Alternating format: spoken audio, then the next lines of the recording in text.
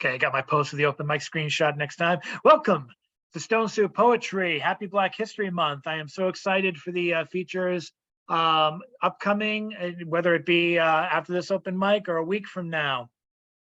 I am excited for the next few weeks ahead. Stone Soup has been approved for a second live show every month at the Assemblage Gallery.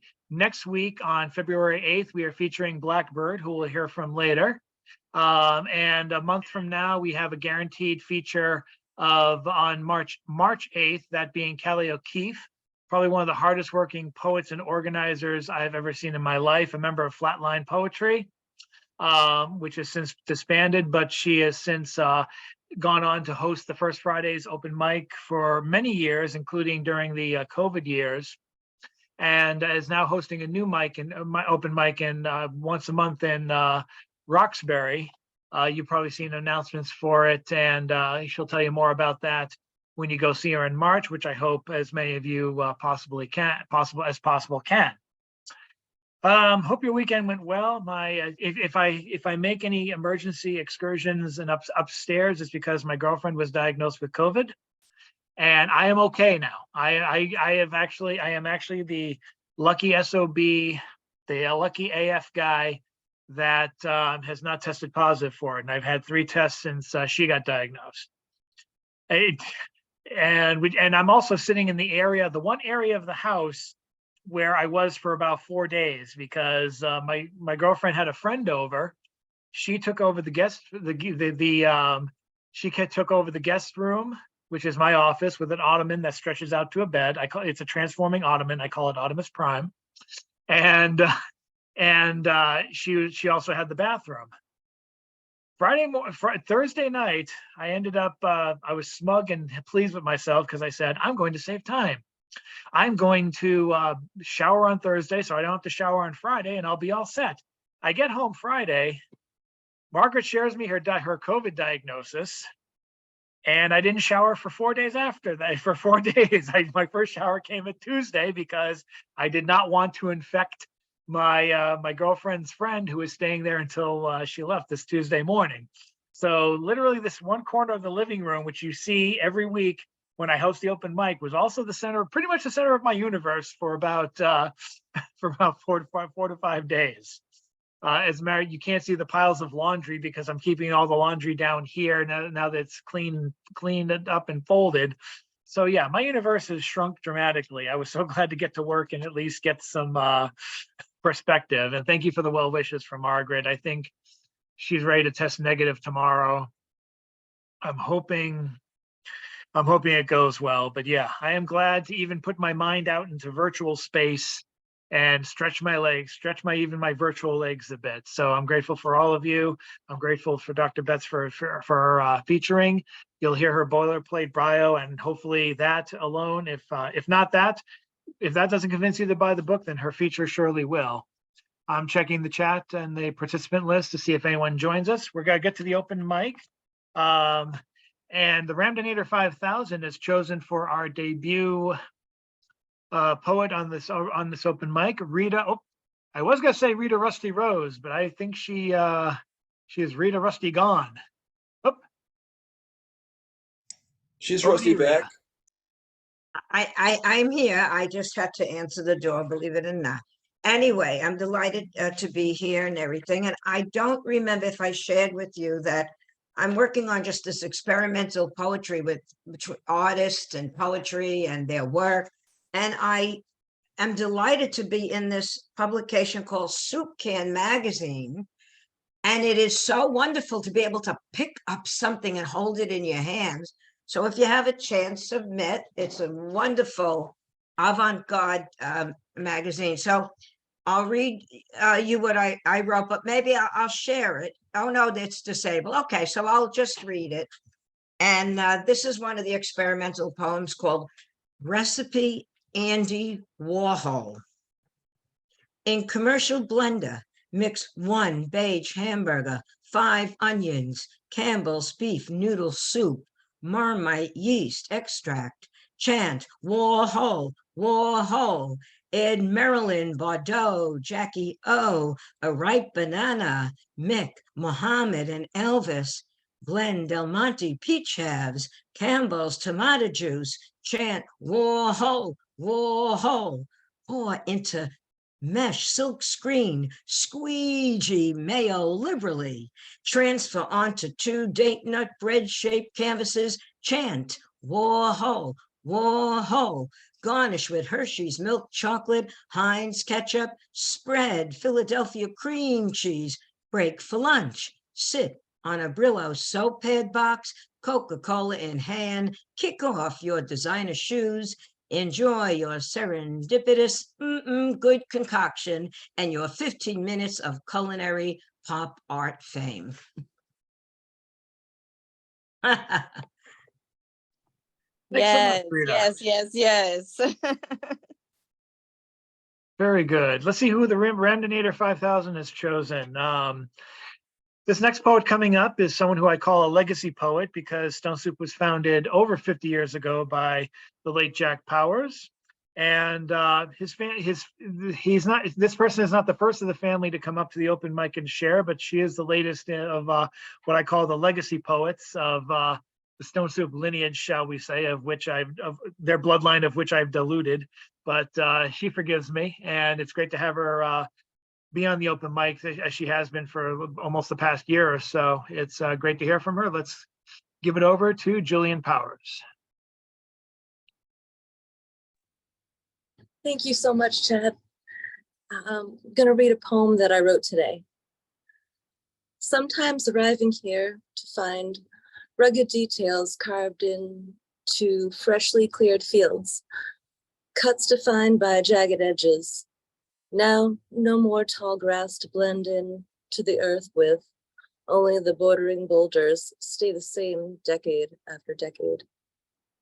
Newly flattened land entices you to lie down and disappear into the vast openness while encompassing this blissful sanctuary where you can bury your old self in. Thank you. Thank you, Julianne. Over now to not only our open mic contributor, Wait, excuse me. Sorry, Oh. I'm so sorry, Chad. What's up? I'm so sorry. Can you please just, because it was a short poem. Can you please have her like repeat it? Just do it one more time because I really like it. Please. Okay, Could you Julian. just do it one more time? I just want to If hear it Julian's one more willing, I time. don't see why not. Please. Oh, that's Please. super, Blackbird. Thank you so much. Please, I yeah. want to hear it again. Thank you. Thank you. Sometimes arriving here to find rugged details carved into the freshly cleared fields, cuts defined by jagged edges. Now, no more tall grass to blend in to the earth with, only the bordering boulders stay the same decade after decade. Newly flattened land entices you to lie down and disappear into the vast openness while encompassing this blissful sanctuary where you can bury your old self in. Thank you. Thanks, Blackbird. So again, even if you guys have one short poem, read it very slow or Blackbird will come at you, out of love, of course. Thank you, Julian, and thanks, Blackbird. Up next is not only an open mic contributor, but also a contributor to Oddball Magazine, kind of the unofficial partner these days of Stone Soup Poetry.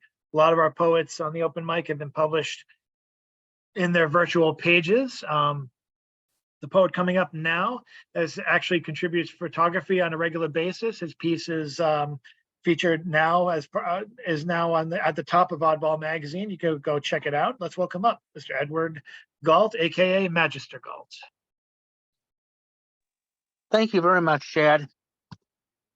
Yeah, I hope you'll get a chance to check out that issue of Oddball Magazine. That photo was taken in Leverett Pond. Wonderful place. Has a park too. You can walk around it. Excellent. Now, my poem tonight is going to be called Management Philosophy. As we drove down I-93 to Boston from Salem, My friend's father told me about how he retired for a year and just played golf. About halfway through the year, it was routine. When he woke up, he thought, gee, now I have to go play golf. So he went back to work. He said he was the manager of a chain of stores. When he hired a new manager, he would delegate to them responsibility for the whole department. Let them handle it their own way. He even gave them a few days off before they started, so they would be refreshed and invigorated to get to work and to do the numbers. Then he said that in the 60s, he went to this place called the Shark's Cage, where people threw beer bottles at this guy singing in a chicken wire cage. I wondered if the guy ever got a couple of days off so he could come back refreshed and invigorated to throw bottles back at the audience. Thank you very much.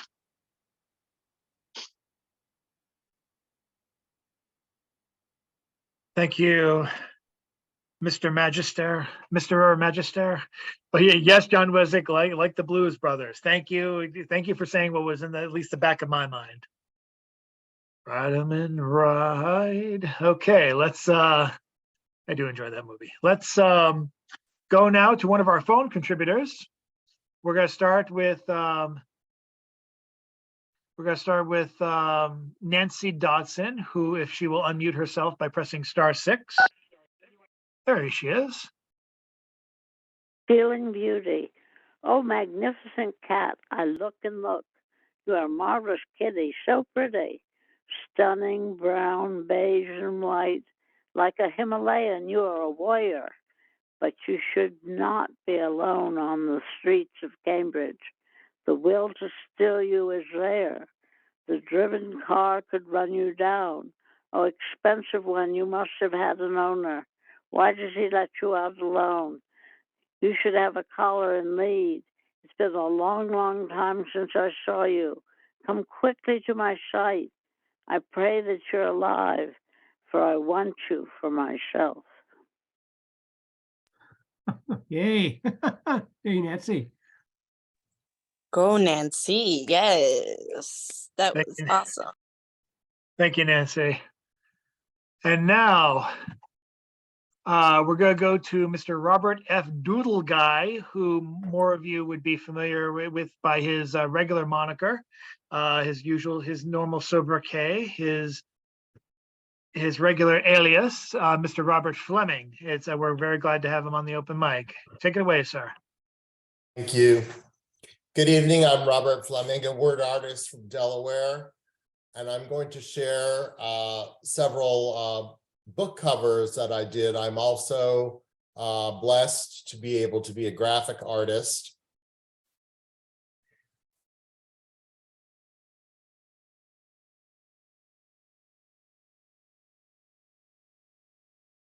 This is one that I created for a book that I wrote called Conway. I submitted it to Four Feathers Press. They have they take 4 chapbooks and put them into a book called 4 in 1, where each writer can submit 12 pages. So this was the title of my book, and it's about cons.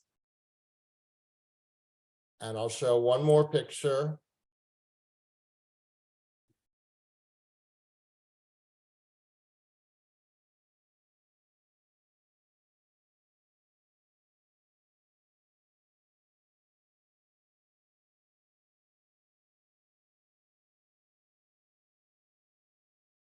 This is another visual book which I have in progress. It's called White Noir. It is going to be published by Devil's Party Press. It's about 40 pages. Half of it is art and half of it is visual poems. And thank you for letting me share some of my art. My next publication will be in Beyond the Veil, which is a GLBT anthology, which hopefully will be published this month. And greetings from Delaware.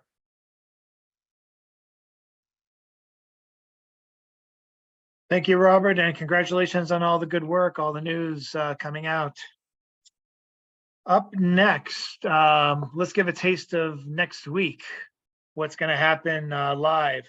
We haven't figured out the hybrid situation yet, so I don't think we'll be able to have a hybrid reading at next week, but I am speaking with the executive director, Mary Kay, and she is talking about getting line items in the budget requests so we can actually have a really good hybrid system. And I'm going to be consulting with the Walnut Street Cafe and other people who have implemented these measures.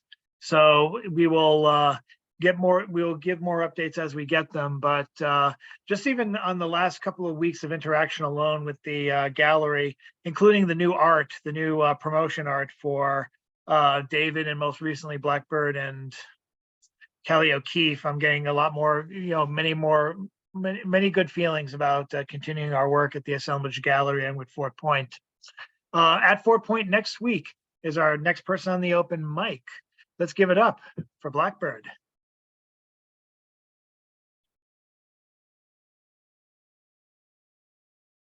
Just got on your, there you go.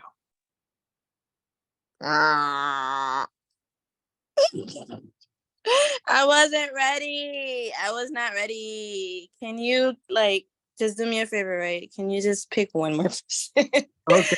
Just pick one more person. The Random 5000 is very cool I'm sometimes. trying to find the right poem right now. So All right. I had it, and then I got distracted by the other poets, and then now you called me out, and I'm like, shit. What was it again? What was the poem that I was gonna do? So just call one more person, please, and then I'll be ready. I got you right after. Okay, so John, you just said me too. Does that? Oh, okay. So does that mean you're up? Well, sure, I can be. All right, ladies and gentlemen, the man I could dub the hard-boiled poet Thank you, John. of the Stone Soup Open Mic, Mr. John Wezek. Actually, me too. That meant that I liked the white noir cover, but that's okay. Saw some geese jaywalking. They didn't wait for the crossing light or show the donuts any consideration at all. It's always like that with waterfall, walking along the sidewalk with their faces buried in reel-to-reel tapes. When I was a kid, we didn't have reel-to-reel tapes. A June cleaver with a rotary dial was good enough for us. I never understood why someone would want a June cleaver in their pocket. Hell, I want to get away from June cleaver. It's not like a spandex is going to call. Most of the time, it's only a slide rule or a Bernie Madoff calling anyway. All my paying back Jason Conrad for my split lip teachers tell me that awareness is necessary to avoid Jason Conrad. Not only that, but the stick of pine incense says that awareness is also the key to flowers, saffron robes, and dots on the forehead. How can you avoid Jason Conrad with your face buried in a reel-to-reel tape? Maybe burying your face in a reel-to-reel tape is better than the reality waterfall face these days. That's so great about living in your mom's sump pump while being horse tranquilized with a lifetime of John Belushi debt. They don't have the kind of steam locomotives we had in my day. What a Bernie Madoff. They had to John Belushi to get a steam locomotive and need a steam locomotive to pay for the John Belushi, but no steam locomotives are there. To make matters worse, some members of Citizens United say we should Vietnam our waterfall to teach them that crossing guards and hall monitors, as if being stuck with John Belushi and no steam locomotive wasn't bad enough. No wonder waterfowl retreat into reel-to-reel tapes. Ooh.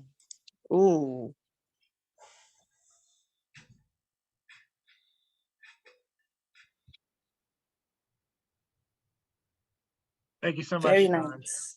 Thank you, John. We're gonna give one more person before Black Byrd tries to come on again. We're gonna bring it over to Miss Jan Rowe. Jan? General, General, Oh, God. I miss you, General. This this is not as depressing as my usual stuff. This is called Post-Industrial Coal Company Housing.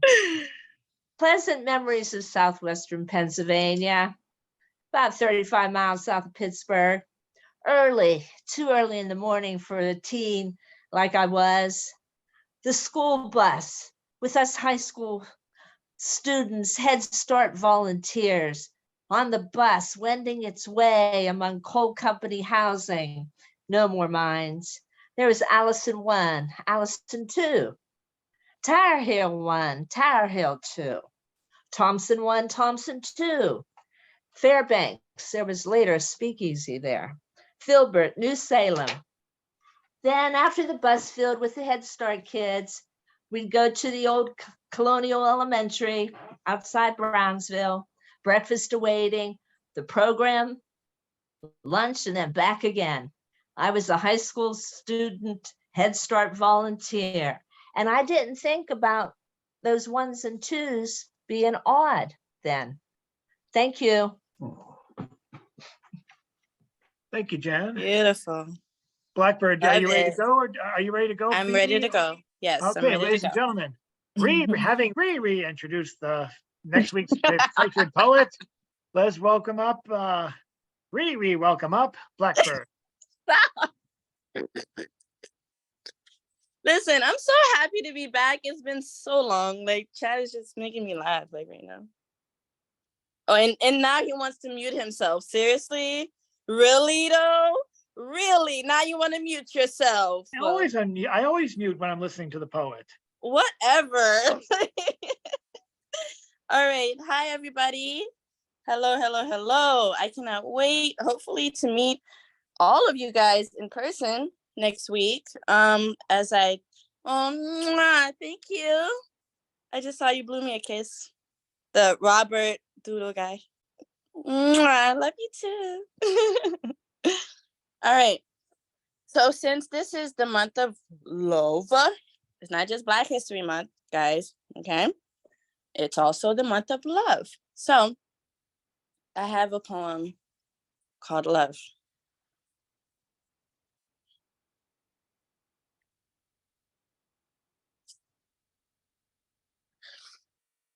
Oh. Once upon a time, I thought I knew everything about love. I thought it was all about being there for him, loving him, caring for him, being honest with him through the good times and through the bad times. No, it goes deeper than that.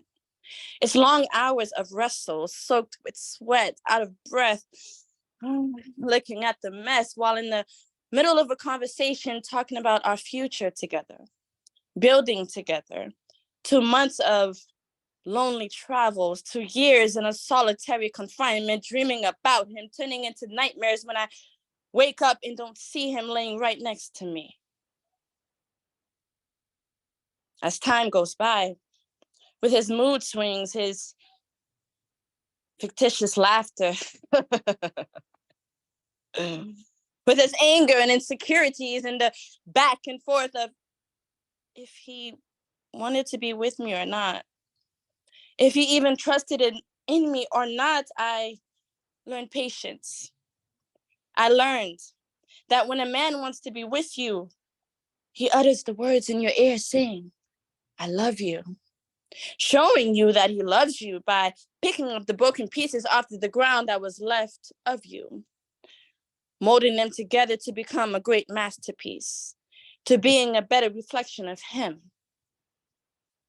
And if I am a reflection of him, then I must be fly, because his light shines so bright, I wouldn't lie. Oh. We both learned patience. True love is patience. Thank you.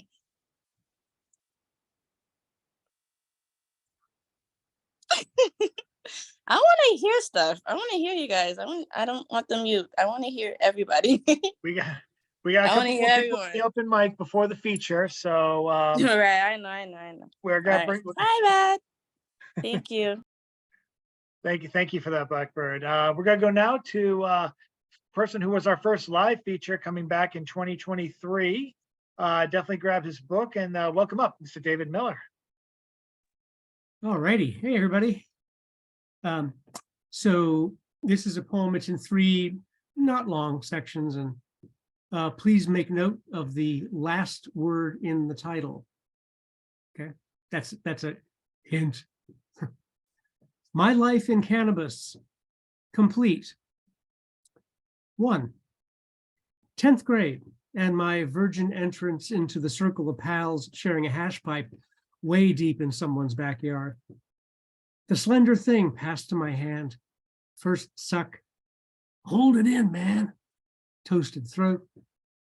Second time, woody taste in my mouth. Third time, no one will ever know why I didn't inhale, but puffed into the stem. Out popped the pellet, weed, lost in the weeds.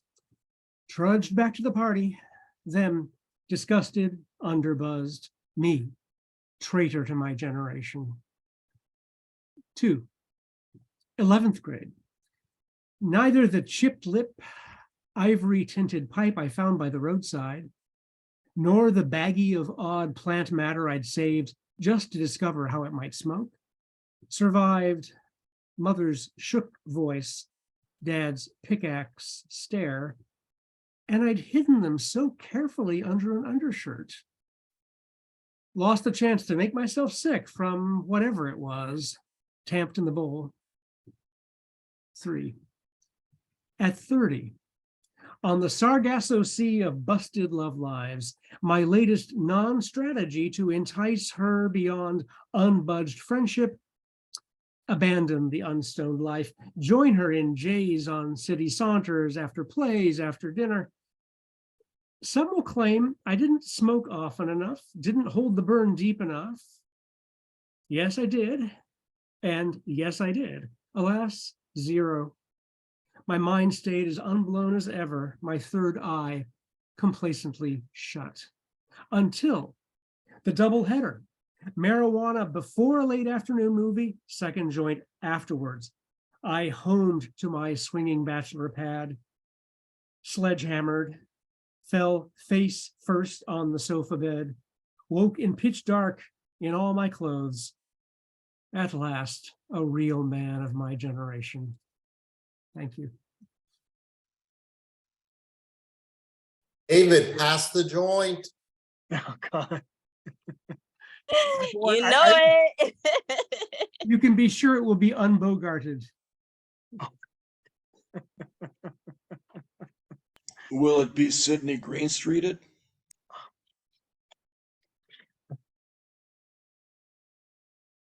I for one appreciate the slight little channeling of Cheech and Chong when you were doing the impression of Hold It In, but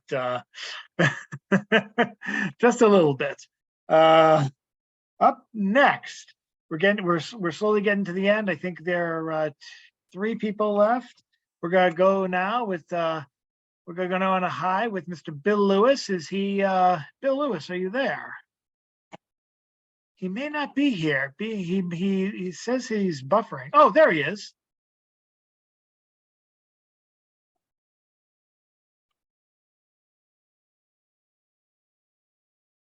These things, you understand, must be done properly. It takes time and effort and care to have things so set up that you are able to do your performances, whether it's poetic or otherwise. So it takes a moment, my friend.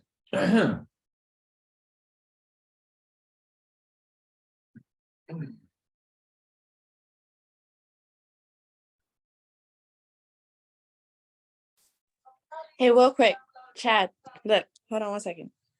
Look, everybody. Let me see if I can switch. Say hi, everyone, or wave.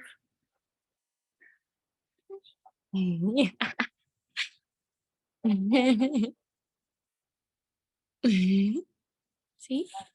Say hello. Say hi. He's asleep. He's knocked out. Awesome little guy. Oh. Sleepy baby. Okay, top that, Bill. Who's gonna be brave enough to try and top baby? Not me. Mr. Chad, fellow poets, any most welcome guests. I love teaching. For me, teaching is the most exciting, most demanding, most fulfilling position I can possibly imagine. When I am in that classroom, I am changing the lives of my students. It is both a great honor and an enormous responsibility. I have taught everything from first grade through graduate school. They're all different. I love them all differently. None have paid me all that well in dollars, but all have paid me richly in life's satisfaction. It isn't easy. Kids these days are harder to teach than they were 20 years ago. They see little that they admire in the adults around them and view most figures of authority with suspicion. And yet, kids today are dying for adults whom they can respect. You have to earn it, though. I was subbing in Jordan Middle School in Palo Alto, California, near Stanford University, and I got the rejects class. All the seventh graders who were too difficult to be in the normal seventh grade, I got them. I had 15 students, I had a TA, I needed him. The entire day was one long battle for their attention. I was at the front of the room working on something, and the back of the room, an argument would break out. There was teasing and joking and hair pulling and screaming, complaints about everything. At times, I worked with students mercilessly. I said 20 minutes of writing. You are plenty smart enough. Keep writing. At the time, they clicked back, told some jokes, had a good time, and then back to the battle. Boom, boom, boom, all day long. Well, that's what seventh grade is. I had the kids at the board doing improper fractions. How much is 17 over 7? This one little girl, a reclusive, almost shy child who barely spoke the entire day, said that she couldn't do it. Could she please sit down? The other kids were busy, so I had a moment to work with her individually. And I said, okay. 17 over 7 is just 7 over 7 plus 7 over 7 plus 3 over 7, right? She thinks about it for a moment and she says, oh, is that what it is? I can do that.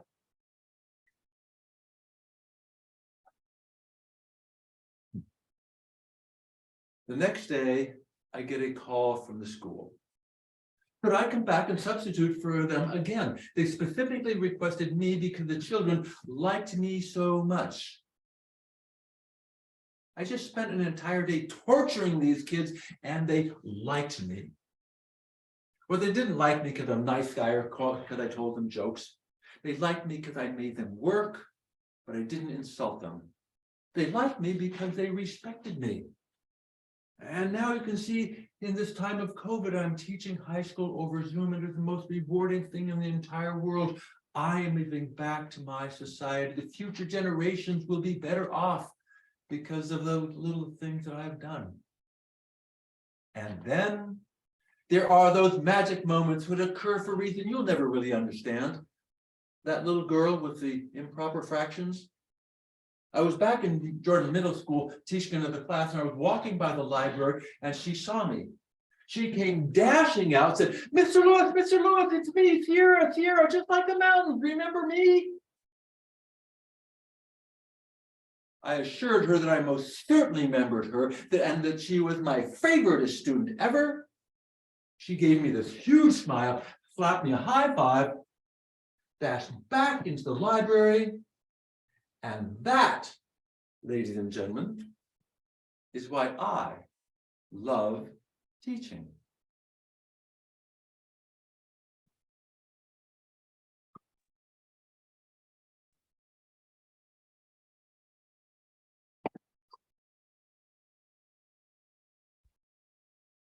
Thank you, Mr. Bill.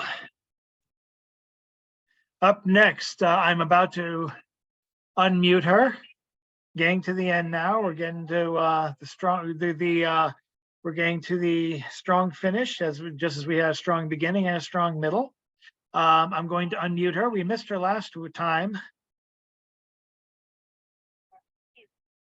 And that was disappointing because she's been one of the seminal presences at Stone Soup Open Mic since we went Zoom, and even before that. Let's welcome up Carol Weston. Yeah, well, what I have today is my biography. Carol Weston, or Care All Quest On.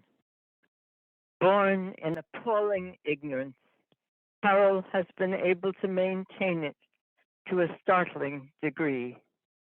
The exceptions to this rule occur when group and individual support enable her to transcend her usual bonds and leap toward the sun. On such occasions, she has been able to teach and learn simultaneously, revolutionizing science teaching to its essential explosions, collections, and wonder. In the group dynamics of things, she finds that 3-year-olds are often psychologically stronger than she is, not to speak of their elders. But the role of magician draws her into the impossible, where, with her Pied Piper whistle, she entices children to come with her, and they stand and witness together the peculiarities of nature, the pearl-like two-horned unicorn slug, and the cosmic rays darting unpredictably, looking like red-hot sparks in a red-hot oven or spark chamber. Writing comes to her in giant, unmanageable spurts every other decade, and in tiny, haphazard specks and other irresponsible flowings. She is capable of magnificence and its opposite, to such a degree that no one can guess her capacity. She has published in the Literary Review of Farley Dickinson University, Restow, Journal of Passage, the Christian Science Monitor, Tilt, an anthology of New England women's writing and art, the Stone Soup Quarterly, and Earth First, a radical environmental journal. She has read her poems at Clancy's Bookshop in Boulder, the Cambridge Readeasy, the Cambridge Street Artists Cooperative, the Charles Street Meeting House, the People's Theater in Cambridge, Boston College Lonergan Conference, the Hayden Planetarium, the Newbury Book Gallery, Harvard Gardens to honor Stone Soup, Boston City Hall, First Nights, Godfrey Daniels, Bethlehem, Pennsylvania, Poets in the Park, Gloucester, and the Provincetown Art Association. Her chapbook, Spirals, Whorls, Sutra Scepter, was published by Stone Soup. Thank you. Hey, Carol. Thank you, Carol. I think we have someone who might want to read. Ethan Macker is sitting out tonight, but Jeff Taylor, if you're interested in reading before we close with James Van Looy, that would be great. Yeah, I'm at work right now, so I'm just listening. Oh, okay, not a problem then. Good to have you on. We will then go to Mr. James Van Looy, who is longtime contributor to the Open Mic and to Stone Soup in general, and the writer of the It's All One Thing poem column, which is every Thursday morning without fail at 11 o'clock at oddballmagazine.com. Check out that site for everything. There's a podcast coming out soon where we interviewed Jeffrey Fallon, who is the creator of the comic strip, The Secrets of Skinny People. It was we had a hilarious time talking with him, Jason and I. Hopefully that'll be out in the next couple of days. It's gonna be a pain in the butt to edit. But that's what happens when you're having fun. But anyway, let's welcome up Mr. Van Looy. Thanks, Chad. So I got a piece here. It's called Molenar's Lancha, or Miller's Lane. Molenar's Lancha, that's Dutch. In the second volume of my cousin, actually my great-grandfather's novel of growing up in the Netherlands, Haarlem, Holland, as an orphan apprentice carriage painter, he is sent on errand carrying spectacles on a hexagon tray on his shoulder through the Dref, right near the Haarlemmerhout, the town woods, now become a park. I walked almost every night I was there the last time, and still is surrounded by all these old Dutch freestanding houses, really mansions, and then goes out Herenweg, Gentleman's Way, to Molenar's Lancha, Miller's Lane, because otherwise the marbled paint glasses will cut too much into his shoulder. And this is the easy way. I realize Molenar is the family name of my son's wife's family, who originally from Haarlem migrated during World War II to South Africa in the form of her father's father, her paternal granddad. And I think, well, the miller, the guy who grinds the flour in his mill, must always have tended to do well and live out in better part of town. Well, my Van Looy crew were the tanners, scraping the dead skins of animals and dipping them in these stringent curing solutions, toxic concoctions of preservations, and what they wrote on for centuries when the collapse of the Roman Empire cut off the flow of cheap light paper. And here on paper, in Cousin's book, a Van Looy character is walking in the scrub trees along the dunes, and I've just been learning over and over, playing a song, Deze Zee, which, as YouTube has a videotape of the North Sea coast. And I've just been to all the places Jacobus is talking about going to. And there he is, walking on along Molenar's Lancha, the family name of my son's wife, patriarchal line. What a coinky dinky happenstance. Synchronicity strikes again and again. Deja vu all over again and again. Serendipity. Zippity doo dah, zippity doo day ray way.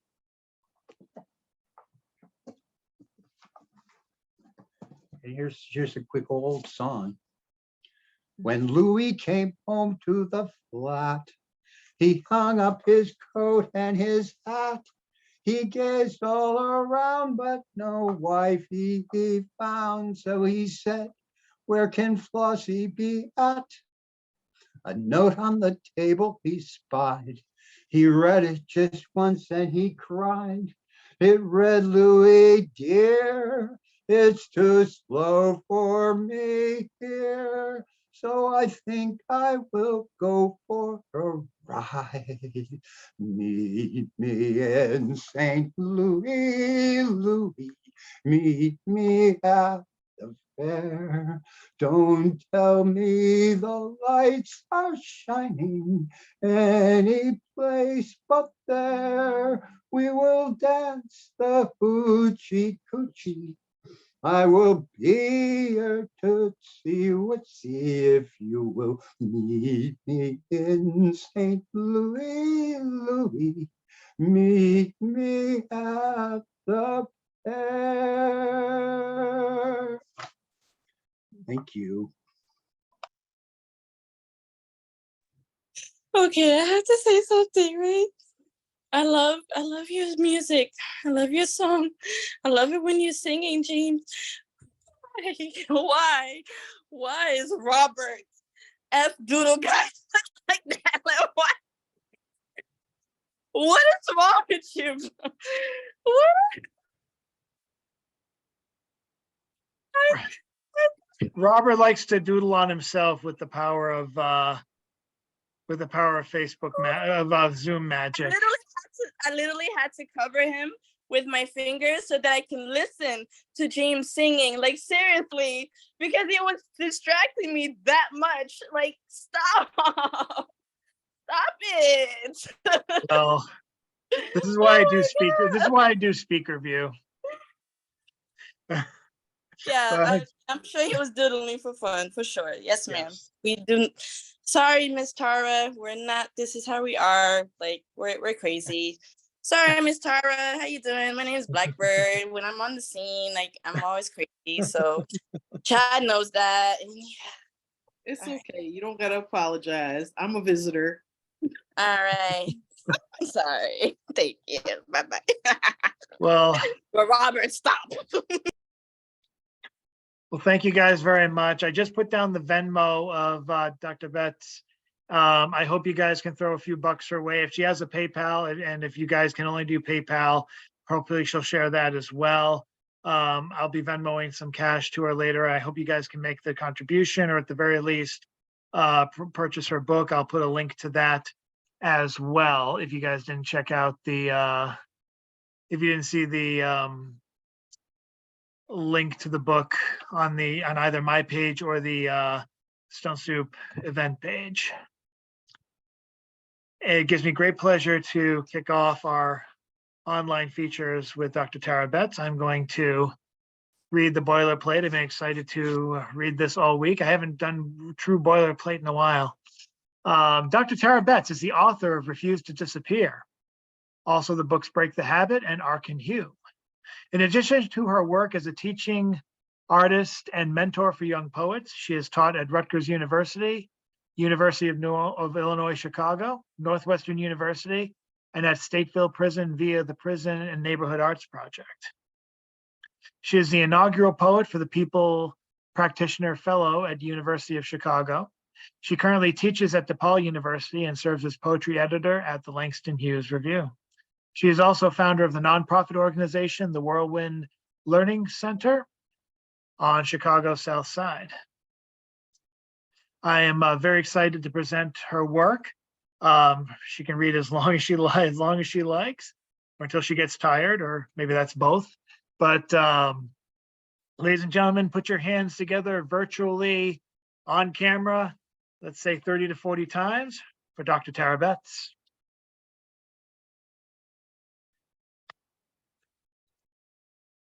Hi, everybody. It's nice to see you from here in my living room in Chicago. I hope everybody can hear me okay. And Hear you perfectly. Black Byrd is cracking me up. I don't know what she's doing. Oh, okay, let me get it together. I figured I'll read some poems, and I don't, I don't know how long I'll read for, because again, I'm already tired. I don't have to wait till I'm tired. But I'm happy to read for, I'm sure it'll fly quickly. So, and if people have questions or comments, I would love to chat if I finish early enough. I'll start with a kind of new poem. I haven't published it anywhere yet, so it's still new. It's called At Fear's Funeral. When I go to Fear's funeral, I plan to show up loud and ignorant with a bottle of champagne. There won't be a tear left, but I'll miss that quaking girl who made me second guess, punching an invisible calculator with a long paper ribbon until the numbers hold no logic. I'll be cracking some gum until the sugar goes flat, because I have to savor while I can. When fear stops breathing, maybe that means danger has found its way to the crematorium, and history can't lift its dead arm to blindside me with a sharp edge just to remind me that I'm not as pretty as I think I am. When I go to Fear's funeral, I'll celebrate and drink plenty of water, since hydration keeps me alive and not so drunk after I finish the champagne. Then smash the bottle on Fear's headstone. By then, I have to pee in the cemetery, and I finally ask myself, what better place to find relief but in the open grave of the one who haunted you for far too long? Because sometimes we have to figure out how we would, transmit bodily waste to a situation we just don't want to be bothered with anymore. without saying the obvious 4-letter words. Oh, yeah. So I say piss on fear, good people. Piss on fear. I think because you guys are a little jovial, I'm willing to make that joke. But if any of my students find it, they know I usually don't curse in class because I'm trying to behave myself. And I teach college students. I'm not with small children. I'm good with teenagers and small children. But other than that, I'll read some stuff from the book, and then I'll go back to some haiku that I was working on last year. Yeah. I'll read something from the beginning, something from the middle, something from the end. We'll work it out. So I wrote about the only Black witch during the Salem witch trials because she was the only one. And on top of that, she is also the only witch that walked away alive. And they mention her briefly in Arthur Miller's The Crucible. Her name is Tituba. So this is for her. Tituba, Black Witch of Salem. Tituba, the missing hollows of your story echo within myths and shifting details. Centuries later, you are imagined whole. Your name means to atone in Yoruba. The books say West Indian, Arawak, Venezuelan, anything but African. The charges accuse you of poisoning children, even though rye flour bears unseen fungus spoiling bread, cakes, and children. We will not know the count of the lashes or blows, how often you were slapped or dunked before you said, I am a witch, I serve the devil. We know this, you were the first to confess. You walked away alive. You were bought from bondage, fled Salem with John, birthed a daughter named Violet. Papers prove all that.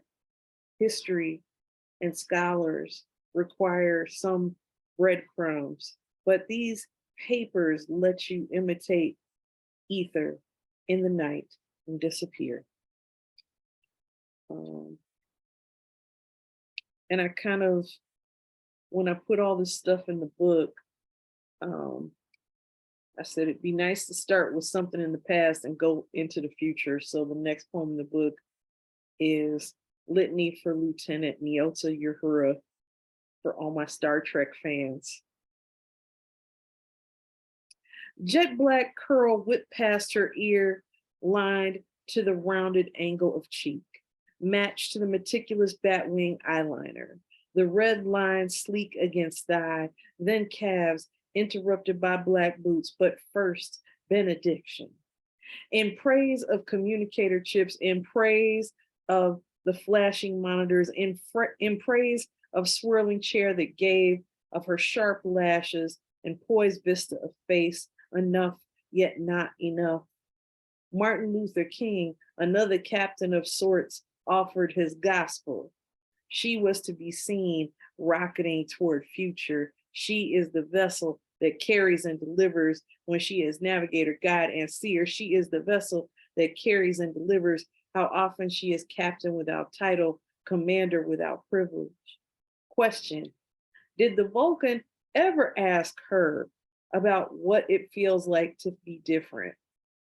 He removed his pointy ears and brows daily, ruffled his hair to normalcy, released his anesthetizing grip.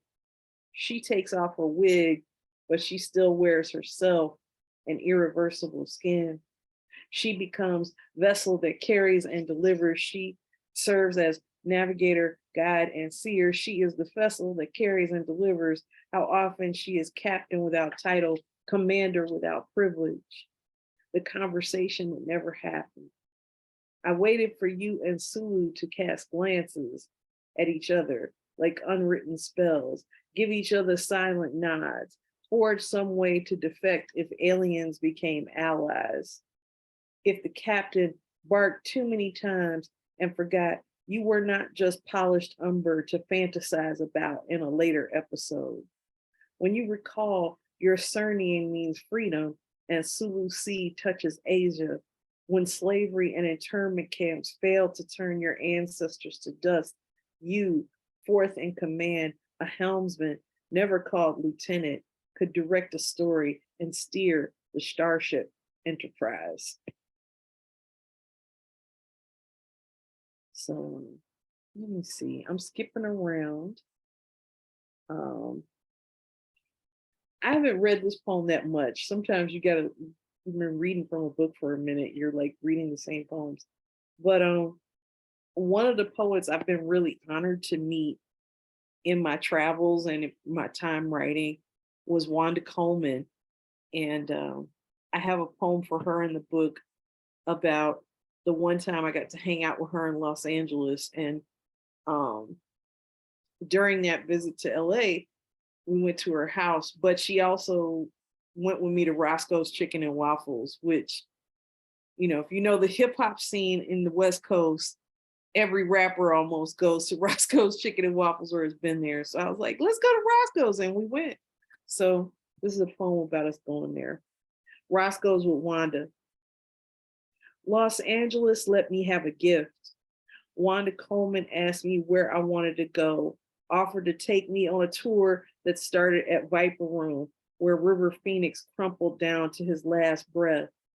I didn't want the whole strip, but I said, let's go to Roscoe's Chicken and Waffles, where we sat over our plates, buckwheat pancakes for me, chicken and waffles for everyone else, since I simply craved a pilgrimage to where the rappers like Tupac shared plates, and I got Wanda and all her words and her voice like a heavy opera, and I got Wanda cussing and laughing, and Wanda talking about mysteries and poems and reading books we couldn't afford to buy in Vallejo's Trilsa, the thick, tangled branches of her locks, her black jacket veined with bright colors and flourishes of her hands on her outstretched arms, insisting on her worth.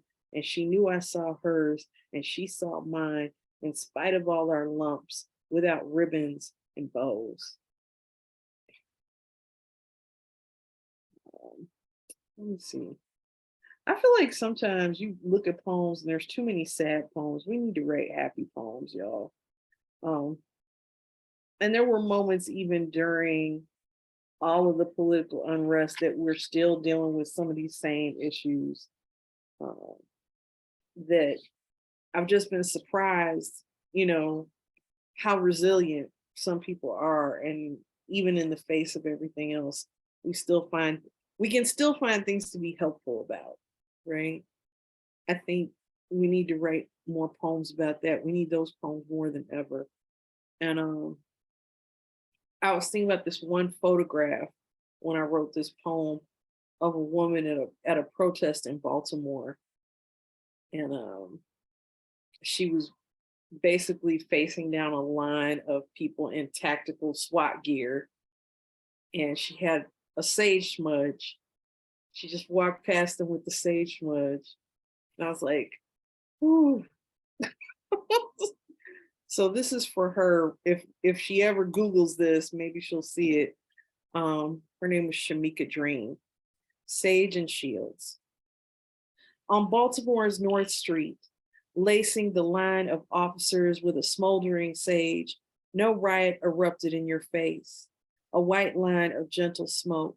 Your scarf pointed toward them, a compass toward cleansing.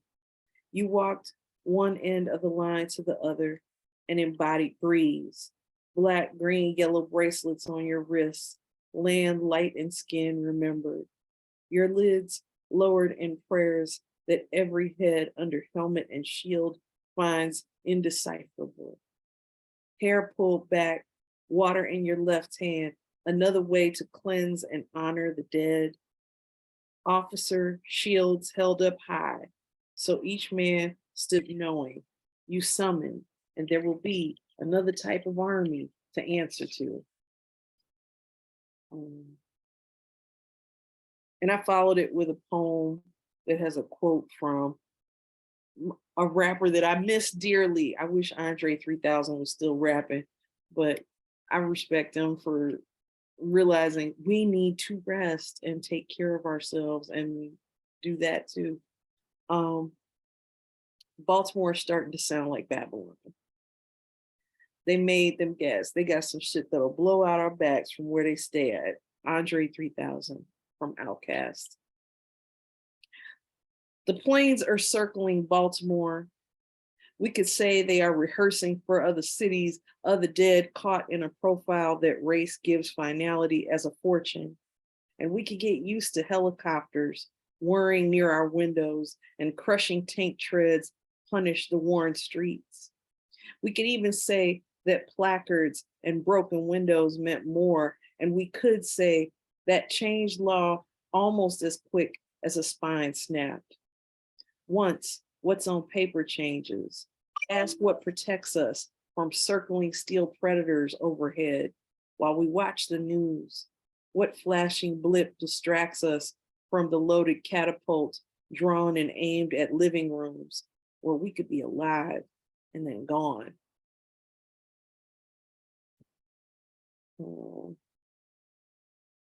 They used to make it where you could look at the chat on the side, and so I can't see stuff. Hold on. I want to see you guys in the chat.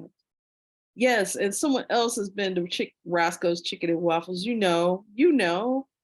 Or almost every time you see a show shot in California, you will see people at Roscoe's. I think that new Eddie Murphy movie, they have several scenes at Roscoe's Chicken and Waffles. What is it called? You People. So yeah, but anyway, if you like Guess Who's Coming to Dinner, I think it's the new Guess Who's Coming to Dinner, basically. But go ahead. Hip hop anthology. I'm trying to figure out, what are you talking about, Rita? See now, oh, hip hop analogies. I don't know if it's in this. Is it in this book? See, that's the other thing too. I start sounding like I don't even know my own book. But if you do want to type in a suggestion of what you want me to read, I can do that. Sometimes I do that. It's like, requests. Who has requests? So the poem that Rita is talking about is on page 32. I'll read that one. If you be the needle, I be the LP. If you be the buffed wall, I be the cry line. If you be the backspin, I be the break. If you be the head nod, I be the bass line. If you be Philly, I be the razor. If you be the microphone, then I be palm. If you be cipher, then I be beatbox. If you be hands thrown up, then I be yes, yes, y'all. If you be throwback, then I be remix. If you be footwork, then I be up rock. If you be turntable, then I be crossfader. If you be downtown sea train, then I be southbound redline. If you be shell toes, then I be hoodie. If you be freestyle, then I be peace book. If you be Sharpie, then I be tag. If you be boy, then I be girl who wants to sing samples into classic. That needs to go to music. I love that. I need to find the right I music. love that. I like that. I meant I to say like that. analogies I and like it kept that. going anthology. Yes. Oh, the baby. I meant to say analogies and it says anthology. That's awesome. You need to get that. Somebody has to cover it. I would love that. I'm also finding too that it's not an online Zoom reading until you've seen the baby and until you've seen the cat. Has anybody seen a cat yet? Because the cat doesn't want you to be on the computer, so they're like stepping on the keyboard. They come past right behind you and photobomb you. Like they're bad. We don't have photobombing cats, but we do have a photobombing pug. I don't think she's made her. Pug get in the screen like. Oh. You know how they are. They always look stern, like they want to give you a good talking to. It does make me think, though. I do have a poem about a dog in here. You made me think of it. I always forget my students, sometimes I'm sure they think I'm a little bit wacky because I don't mark any pages in my books unless it's like a book I'm okay with writing in. So I always just like don't know what page anything is on, but I remember stuff. I'll be like, well, that part about blah, blah, blah. And so I'm going to read this one. It's called Priest the Pit Bull. Priest the Pit Bull greeted me the first day he moved into my building, his tan fur shining as he wiggled. At least 3/4 of his body wagged when I patted his head and stroked his sinew back. His mouth open and panting, made up at least half of his face, full of teeth, but gently smiling. I called his name, shouted to him and the other neighbors when I heard his ticking claws on hallway tiles. I'd laugh about Ron O'Neal playing his namesake in Superfly. And he'd quietly trot over and let me pet him. He never needed a leash. Nothing felt like fear gnashing its teeth into the back of my hand. I make it a habit to return kindness to other living beings, even when the world marks them as dangerous. So think about that a lot. And I'm jumping around. Yeah.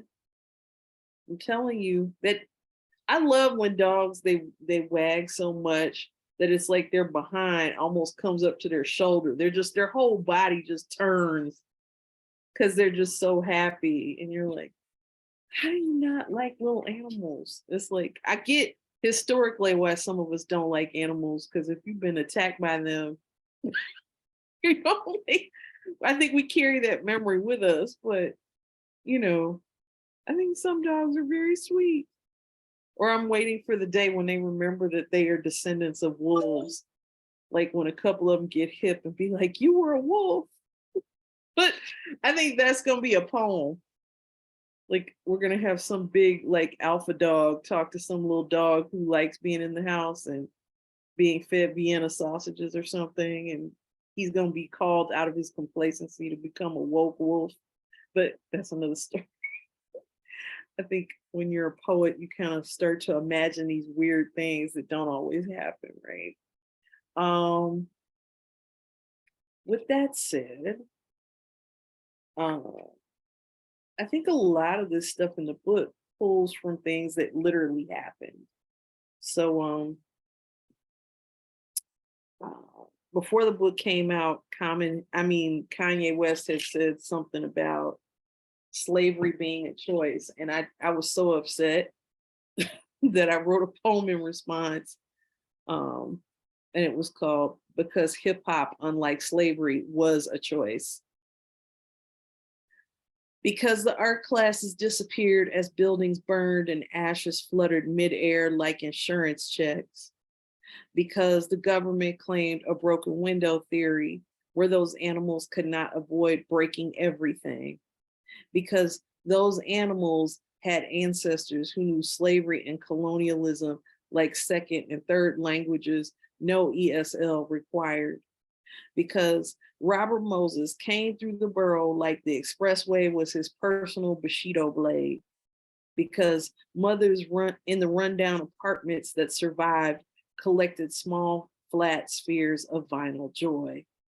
Because they were never ashamed to dance and always spoke in codes and rhythms, because breakbeats needed to be carried on the spoken wings spread by MCs, taking pride in making people sweat, because aerosol cans rendered swirls in geometric orders and colors imagined by God's hands brushed across dust. Because there were no schools that said they were civilized, even though their lives were burglarized daily. Because Zora Neale Hurston interviewed the last surviving slave brought to America, but she couldn't profit from publication. Because Black Benji died too young, and so did Scott LaRock, and so did MC Trouble, so did Left Eye, so did B.I.G. and Tupac. Need I go on?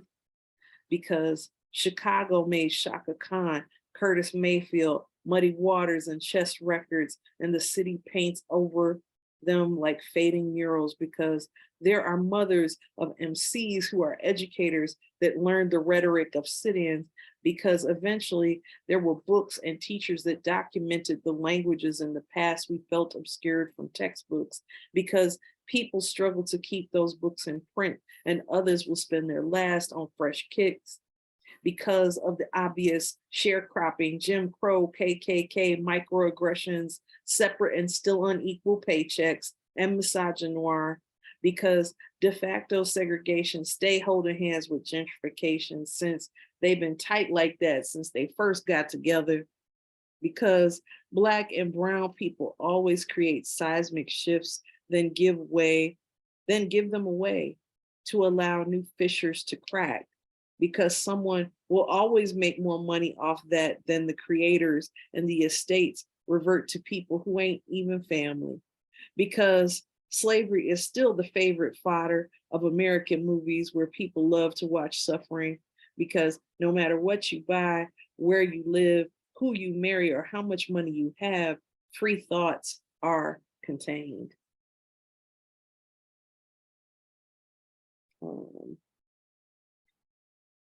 So yeah, I think about that all the time. Like when do we start living in a culture where it's ever been okay for people to say what they want to say at the expense of everybody else?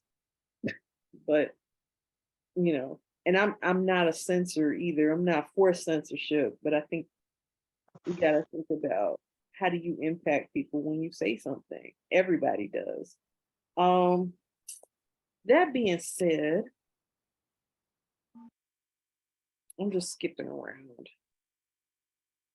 I think I'm gonna read this poem, these two poems from the book, and then I'll close out with something new. This one's called Small Illuminations, and it's based on a time that I spent teaching at Stateville Prison. I taught poetry there for 3 years. So, Small Illuminations. 1. Albert is a gentle tower, his arms arched over tabletop like bridge beams or girders. Even if he does not understand everything he reads, he smiles like a good kid, like the kid he probably was 30-some years ago when he was in the wrong car with the wrong people at the wrong time that he will never get back. 2. The attention to detail borders on flawless, unscuffed white sneakers, perfected line fades tucked under precisely folded scullies, immaculate with what you got as a clean, hard-fought pride. 3. 1 week, I bring crisp folders, a bundle of sharpened pencils with full pink erasers, round and soft as a doll's blush. They rub away small errors, clearing smudges from a page like an actual correction. 4. I look for Albert's easy grin first when I walk into the classroom, concrete block, locked in the education building, relieved that the broken window denies the cold like a plea. One brother in blues with thermal sleeves peeking out of the dull faded ocean of cloth arching over his torso. A cellmate hands me the slightly worn, safeguarded, staple-bound book of poems, the signature, resolute and matching letters of a poet's name who strolled into a prison like any mother without fear of any child. Margaret Burroughs, more than a decade since she left the cell of her body. I clutch her poems, knowing how they pass from her hands like a small prayer. We both smile. Small illuminations in a dark hell when the cellmate says, Albert wanted you to have this. He got transferred. He knew you'd keep it safe. And if you're not familiar with Margaret Burroughs, she was the founder for the Southside Community Arts Center, which is the one surviving WPA project that is still, it's been in continuous operation ever since it was founded. And people come from all over the world to the South Side of Chicago to look at that Bauhaus architecture. in the building. It's one of those buildings that has still been maintained to reflect that. But also she's probably better known for founding the DuSable Museum, which started in her house on the South Side. And amazing visual artist, wonderful poet, she did it all. So a lot of us in Chicago kind of looks at her as a role model for what we want to do if we live a creative life. So with that being said, I'll read the last poem in the book, and then I'll read some short stuff. Take a breath. So the last poem in the book is inspired by a West Coast poet as well, who passed away recently. His name was Eric Priestley.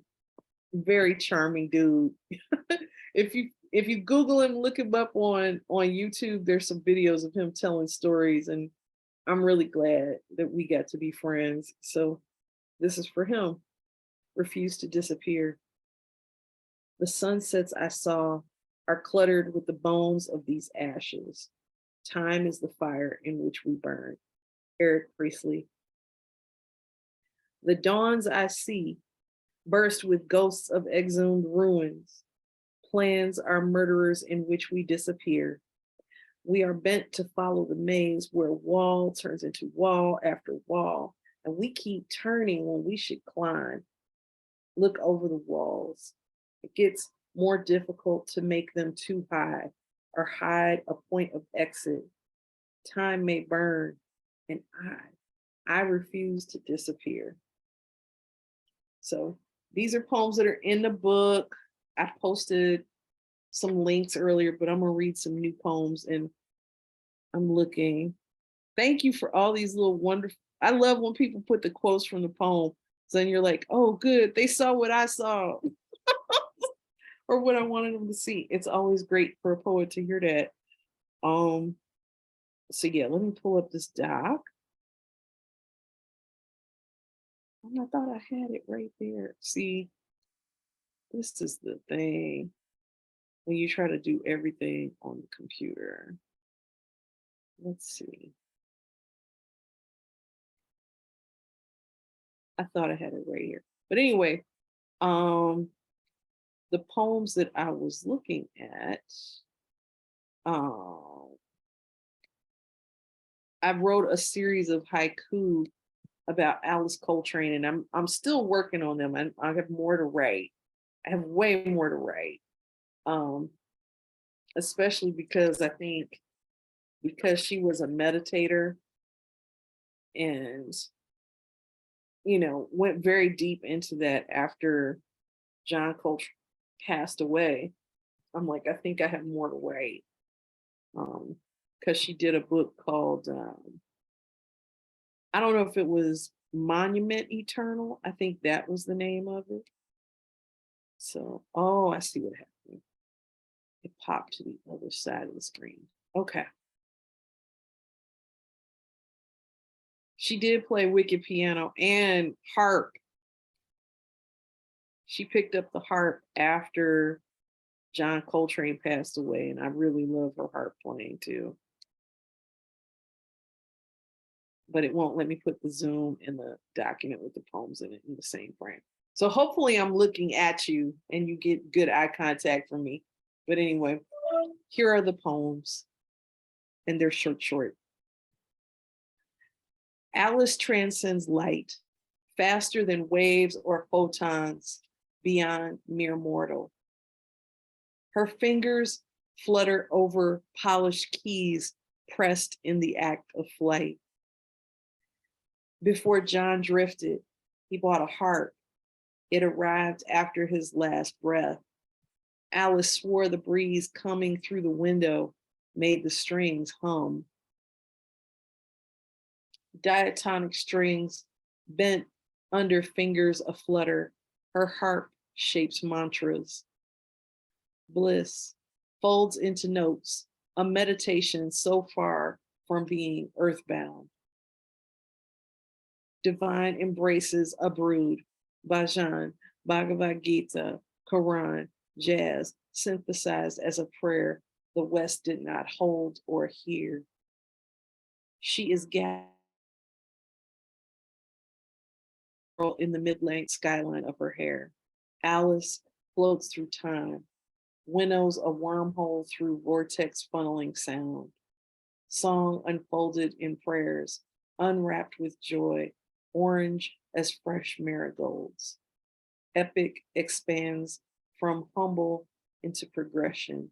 Temples rise from waves. Each heart string connects, visible vertebrae she conjures into speech. Alice, her fingers butterfly keys and strings share sooner pollen. The flourish of fingers dip and curl in swift light, seagulls turning in midair. Kirtan steps into sacred song, chants intentions to liberate joy. Her strum against heart cool skin, a whirlpool shudders its wonder through strings. Deliberate steps, sacred as ceremony, rise and lift, rejoice. Alice wrote it down, monument eternal, words wrought from divine trek, an infusion of blessings to clear the curses. Om Naval Shavaya. Clear the curses, find a path of jasmine and saffron, new directions. Choirs in Detroit schooled young Alice in lit rhythm, jam sessions led by faith. Blacks built weapons and cars, the arsenal of jazz fortified from steel. So I'll stop there. I didn't realize I had that many, but it's an ongoing thing. I've been writing haiku and tanka, and I think it could be exciting to think about somebody who came from Detroit, which has a very rich musical legacy, and we still talk about everything she's been doing today. Hopefully not just she's John Coltrane's husband, because there's much, much more there to tell. So with that being said, I don't know where we are, Chad. What are we doing, Chad? Are you do you want to close out with one more? I could do one more. I'm just trying to figure out what I want to read real quick. And then I'll drop the links too, because I know I put a list of where you can get the book if you're really interested in it. I can definitely save those links and share them tomorrow morning too. Because I think SPD might be out of stock right now, but they just sent books from what I was told. So I put the other places, and I always put Amazon last because we know Amazon is the devil. So once we figure that, like, we all like the devil because the devil does cool things, and then we go, but dang, you do bad things too.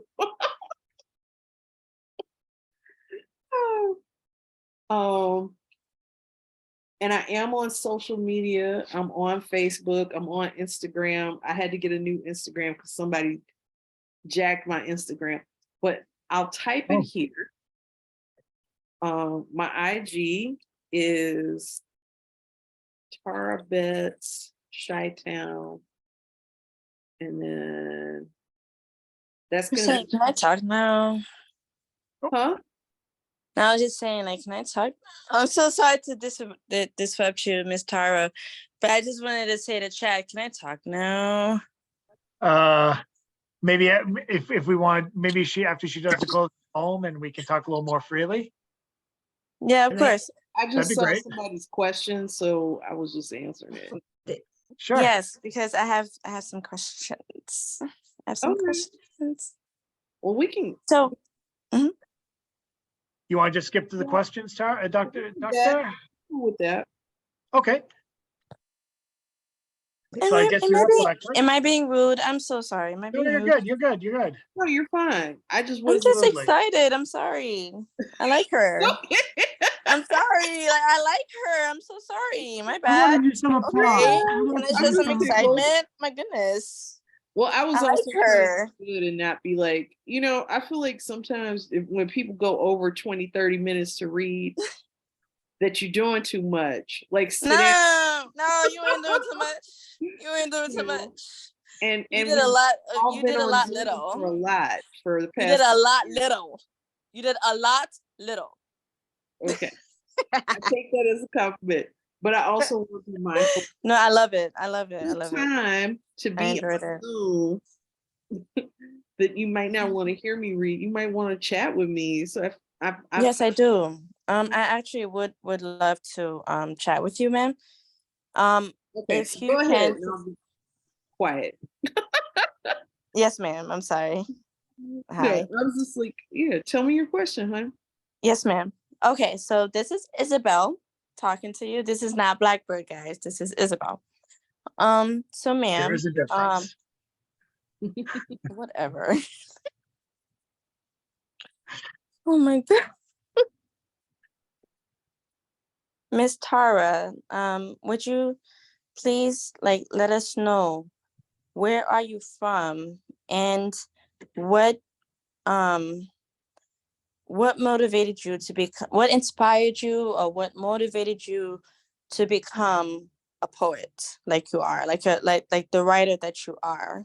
Because this is honestly like my first time meeting you, and I was not expecting you to read the kind of poems that you just wrote, that you just read to me, and I'm just like, wait a minute. What poems are those? Hold on. Where is she from? Because she looks like a white woman, but I don't know. Where did she come from? So I would love to know. Please, like, let me know. Please.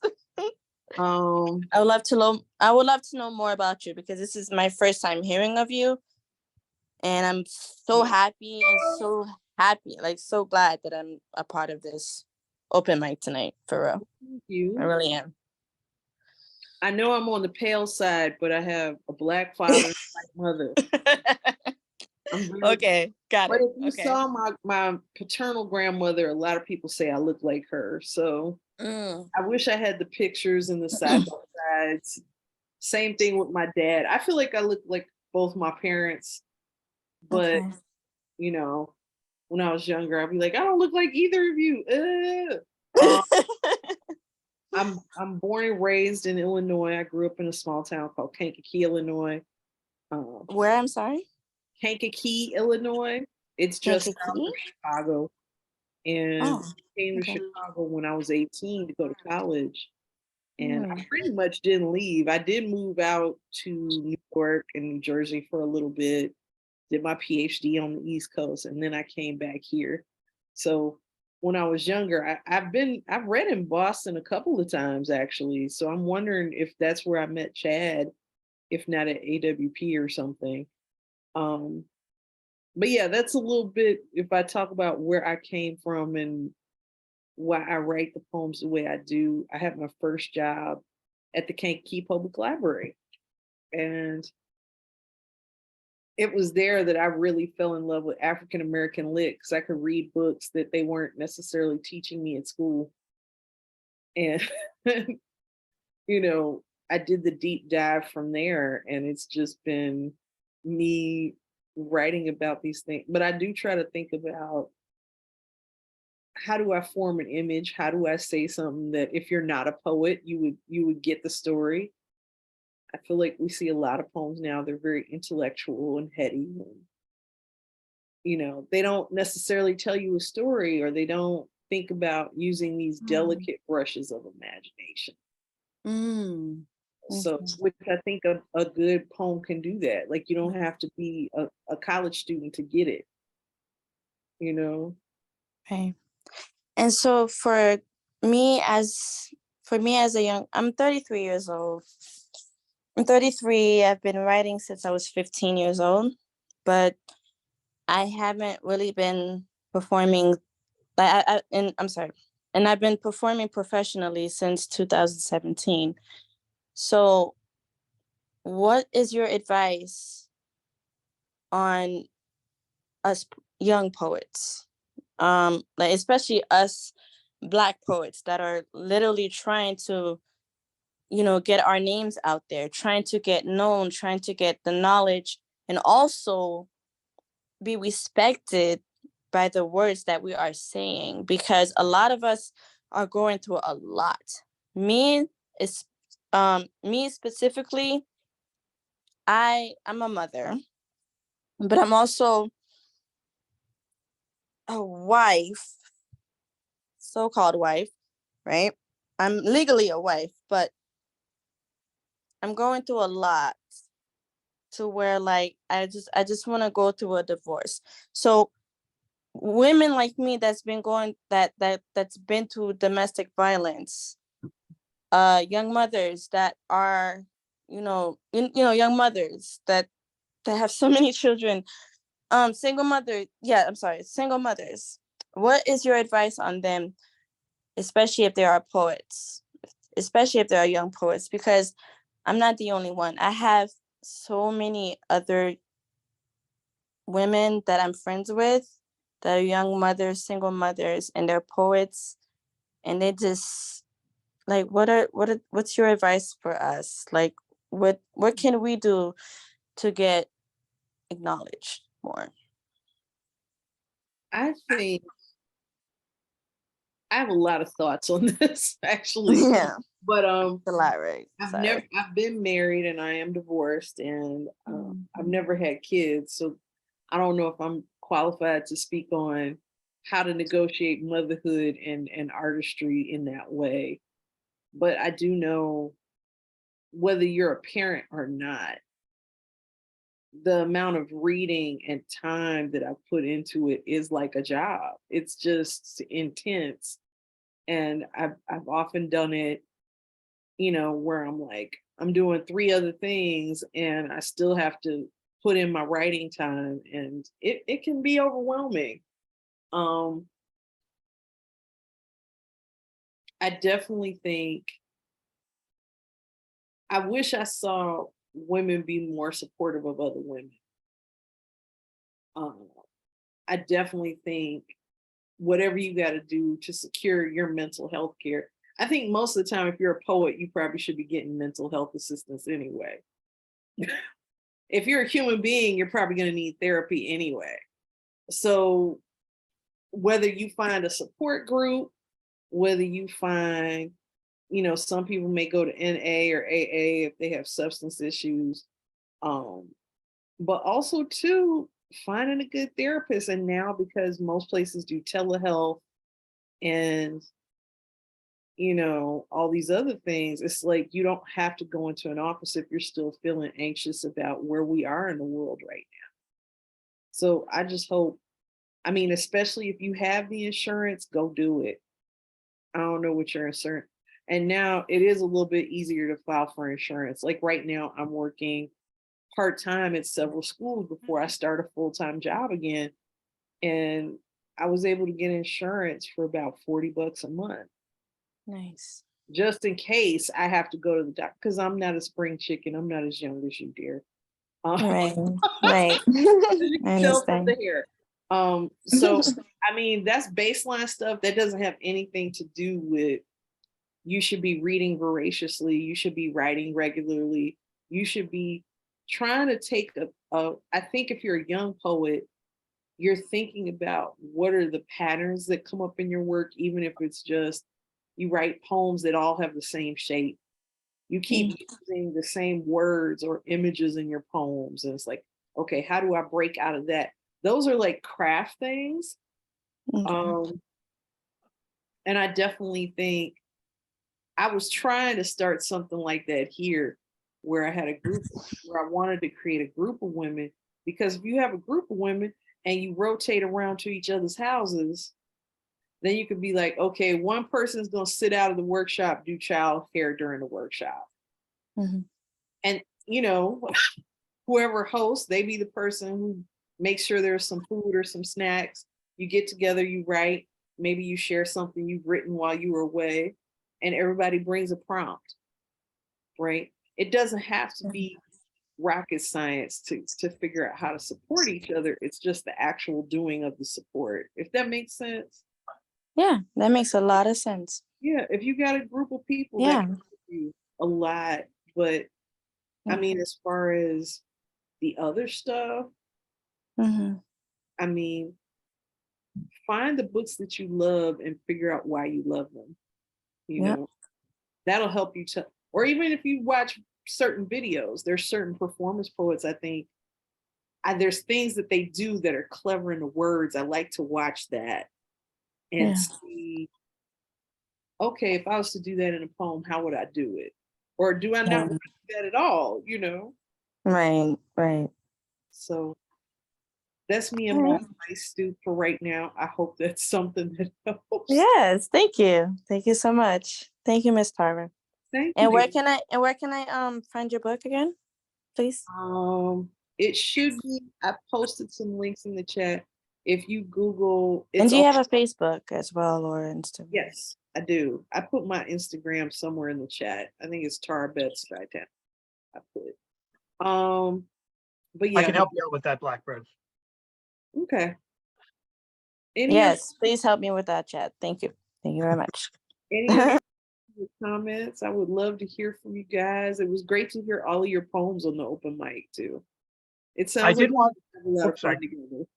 No, I was just saying, you guys sound like you have fun together, which is important, you know?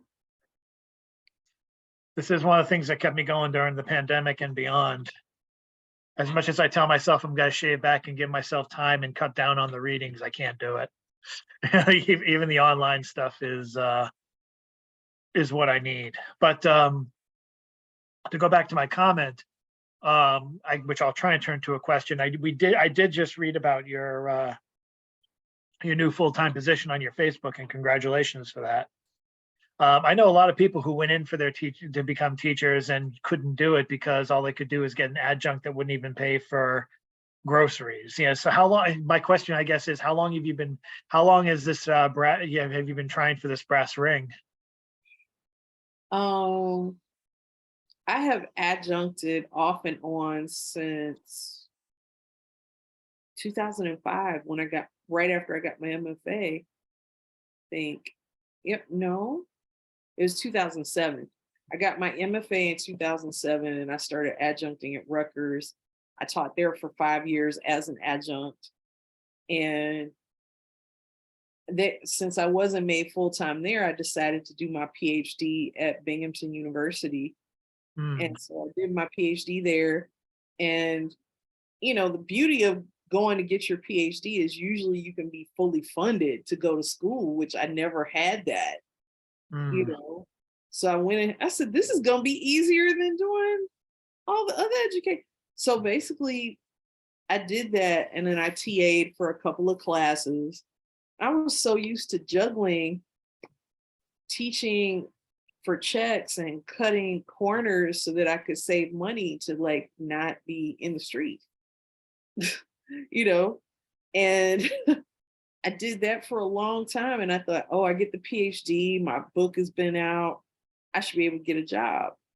And I think I had 12 interviews for jobs when I decided to go on the market, and I applied for hundreds of jobs. So I had about 12 interviews. The only school that took me was one in Chicago. They made an offer.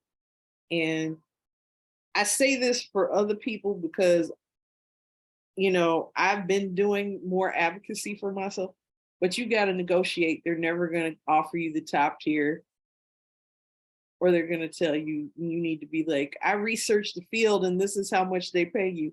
So there's, but even with that, you know, I had the full-time job at USC and I was there for 3 years. It was only a 3-year contract. And then right after that, I started doing contract work again and jumping around. So that would have been 2018. And then the pandemic hit. And of course, this has been an interesting time because a lot of places that didn't talk to me before want to offer me jobs now. But, or say, we have a line because all these people left academia. Yeah, I mean, yeah, I've been wondering if the game changed because of COVID and everything else.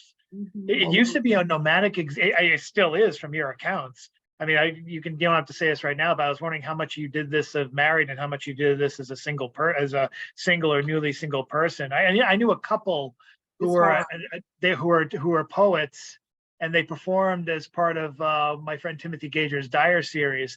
And I found out they were living basically from adjunct, going from place to place for like temporary residency. I think they were moving somewhere in New Jersey to teach, and all their possessions, their worldly possessions, were in storage somewhere in the Midwest. And I Yeah. was like, oh my God. Yeah. It just sounded so, it sounded kind of scary at some point. You're just like, you're just very, I mean, that's why I appreciate any diehard who can find their footing at last. I mean, that must have been, it sounds like it was an incredible struggle. It's been amazing to see. I'm like, whoa, I might be at the end of this. And I think too, we've been told, like, some people do make a living off their books. And I'm just like, more often than not, if you do a poetry book, and I'm talking shop, and I really didn't expect to do that, but in any case, you don't make that much money off of your book. Yeah. You just don't. And people put money into going on tour. They put money into paying for a place to stay when you go on tour. They put money into throwing these book parties. They put money into hiring these publicists. And now people are trying to hire publicists, and the publicist is going to want a couple grand off top. I'm like, it's a poetry book. Yeah. How much money are we going to make off this poetry book? And I'm not going to say that, I've done a lot where I sold books myself out of my bag. And I had friends all over the country that I'd just be like, look, can I just couch surf and drop in on your couch? And that was what I did. Now, I know some people don't feel safe doing that. I understand. I also believe too, you got to be really tenacious about sending out your work. Like, you're going to get a lot of rejections. Even your favorite poets get a lot of rejections.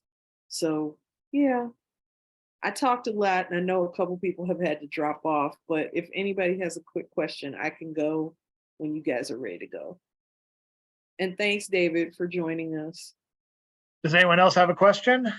Yes, I've been, my fingers are screaming, Chad. I couldn't tell if you were waving or. Oh, yeah, I do that too. raising You up. can't. Where is Miss Tara? There's such a musicality to your words. I mean, you just said delicate brushes of imagination, and I floated off. So I was wondering, do you also like play an instrument or sing, or where does the musicality of your words come? And I've never played an instrument. Never. Wow. I wish I had. I begged my mom to get me piano lessons as a kid, and she was like, "We don't have money for that." That's for sure. But I love music. I've written about music, and I love, like, I have a friend of mine that I've been talking to pretty regularly that used to DJ. We're about the same age, so we're always trading references, and it's wonderful. Are you thinking, you mentioned Miss Coltrane, but are you thinking of immortalizing also Miss Coco Taylor? I would love that. You know what? I got a picture behind me of her, and I'll put that up. But there was this.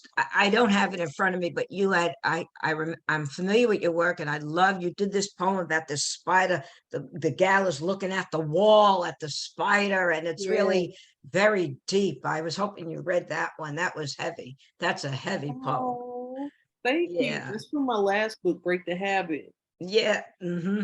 Yeah, that's an awesome poem. So many layers to that poem. Yes, I think, it's on the shelf. That one with the black and yellow, that's the book.